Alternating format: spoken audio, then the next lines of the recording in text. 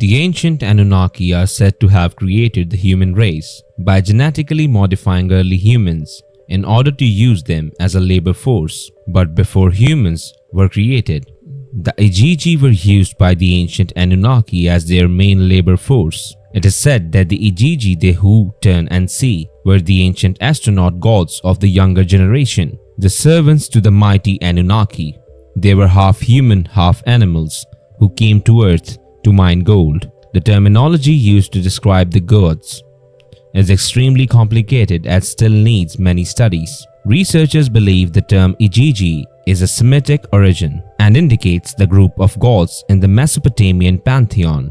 It is still unclear which ancient gods belong to the Igigi, but many scholars suggest Marduk, the patron god of the city of Babylon, was one of the Igigi. Mainstream scholars use the term Igigi to reference the mythological Sumerian deities. According to mainstream scholars, the Igigi were the younger servants of the Anunnaki who initiated a rebellion against their masters and dictatorship of Enlil. Eventually, the Anunnaki replaced the Igigi with humans. The myth of Atroces, the Babylonian story of the flood, and a precursor to the flood story.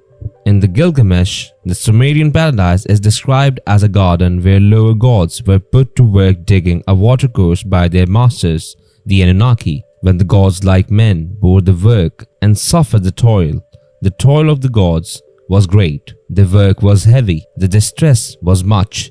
The 7 great Anunnaki were making the Igigi suffer the work. When the gods, manlike, bore the labor, carried the load, the gods' load was great, the toil grievous, the trouble excessive. The great Anunnaki, the 7, were making the Igigi undertake the toil. Ancient astronaut hypothesis suggests that the Igigi were similar to Anunnaki, remaining in constant orbit around our planet. They were basically considered as intermediaries between our planet and Nibiru, home of the Anunnaki. Many believe that the Igigi remained in constant orbit around our planet in giant platforms, which processed ore delivered from Earth. After processing the minerals, the material was transferred to other ships and eventually transported to the home planet of the Anunnaki.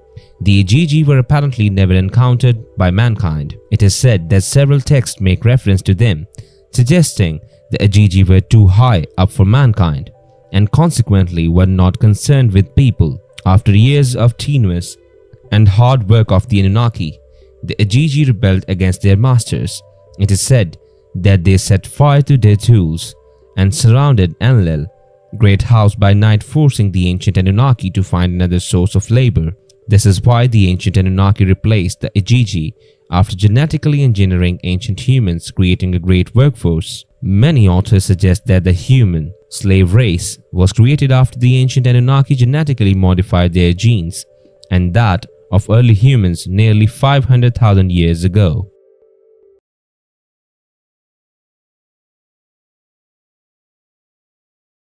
It is speculated that more than 90% of human history is lost in antiquity. We know only few of the oldest civilizations such as Mesopotamia, Egypt, the Indus Valley, and China.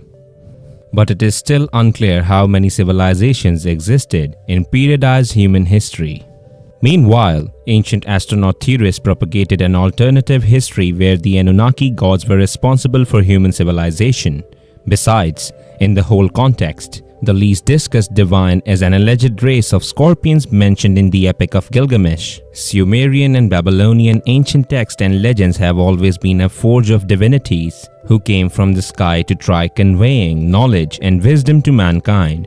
According to the legends and ancient texts, Sumerian god Apsu and Tiamat, a primordial goddess, created 2 deities, Lahmu and Lahamu, who in turn created Ansar and Kisser, from which the race of the Anunnaki gods is born. In the Epic of Gilgamesh, 2 beings are placed in the custody of the gates of the god Shamash.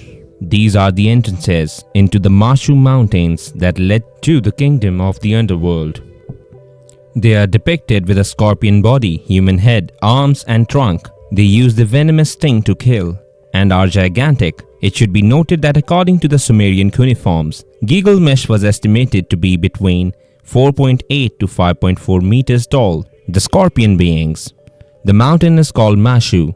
Then he reached Mount Mashu, which daily guards the rising and setting of the sun, above which only the dome of the heavens reaches, and whose flank reaches as far as the netherworld below. There were scorpion beings watching over its gate. Trembling terror they inspire, the sight of them is death. Their frightening aura sweeps over the mountains. At the rising and setting they watch over the sun. When Gilgamesh saw them, trembling terror blanketed his face, but he pulled himself together and drew near to them. The scorpion being called out to his female, "He who comes to us, his body is the flesh of gods." The scorpion being, his female, answered him, "2/3 of him is a god, 1/3 is a human." The male scorpion being called out, saying to the offsprings of the gods, "Why have you traveled so distant a journey? Why have you come here to me? Over rivers whose crossing is treacherous. I want to learn. When Gilgamesh tells the monsters about his quest, the scorpion man informs him that Utnapishtim lives on the other side of the mountain. To get there, Gilgamesh can use a tunnel that runs through the mountain. Shamash uses it every night when he travels back to the place where he rises in the morning. It would take Gilgamesh 12 double hours to get through the passage, and the way is completely dark. No mortal could survive such darkness, and the monsters cannot permit him to try. After they listen to Gilgamesh's pleas, they relent and tell him to be careful. Gilgamesh walks through the mountain. He cannot see anything in front of him or behind him. In the total darkness, he walks for the first, second and third double hour in total darkness and struggles to breathe in the hot place. He walks for 4, 5 and 6 double hours with the north wind blowing in his face. As the 11th double hour approaches, the darkness begins to fade. At the end of the 12th double hour, Gilgamesh emerges from the tunnel into the sweet morning and the sunlight. He steps into a beautiful garden filled with fruits and foliage, the colors of carnelian, rubies and other jewels. Beyond the garden, there is the sea. Scorpion kings in ancient Egypt.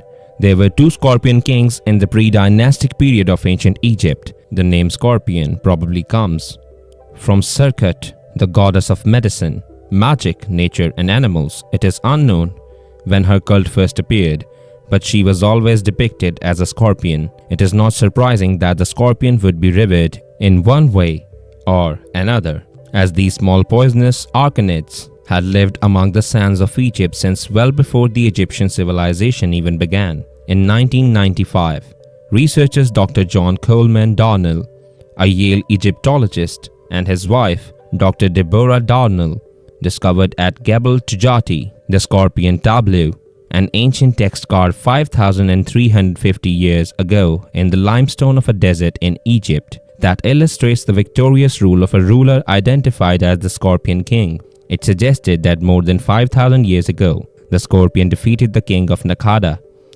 unifying that way Upper Egypt in a prelude to the unification that would later take place when Upper and Lower Egypt were unified by Narmer, officially considered the first Egyptian pharaoh.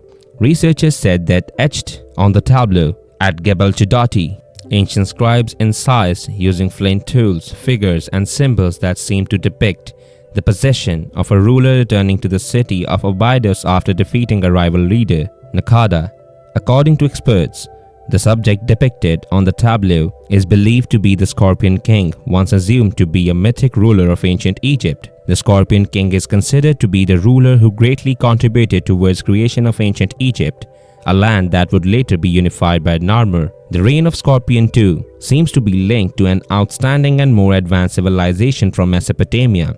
Researchers found enough evidence to confirm trade and political contacts among these two kingdoms. For example, the methods used to build burial sites during Scorpion II's reign are clearly inspired by Mesopotamian constructions. Moreover, evidence suggested that Egyptians used architectural ideas from builders from the Euphrates and Tigris regions in their own constructions. Could these creatures in the Epic of Gilgamesh be extraterrestrial hybrid entities that were present at that time on Earth? Is it possible that they were later being worshipped by Egyptian kings? Let us know in the comments. If you guys enjoyed this video and want to see more like it, please consider subscribing to us and hitting the like button. Feel free to leave a comment below and suggest which theory you would like to see next. If you would like to further support this channel, please consider heading to our Patreon found in the description box below and subscribing there. We appreciate your support, and as always, Thanks for watching.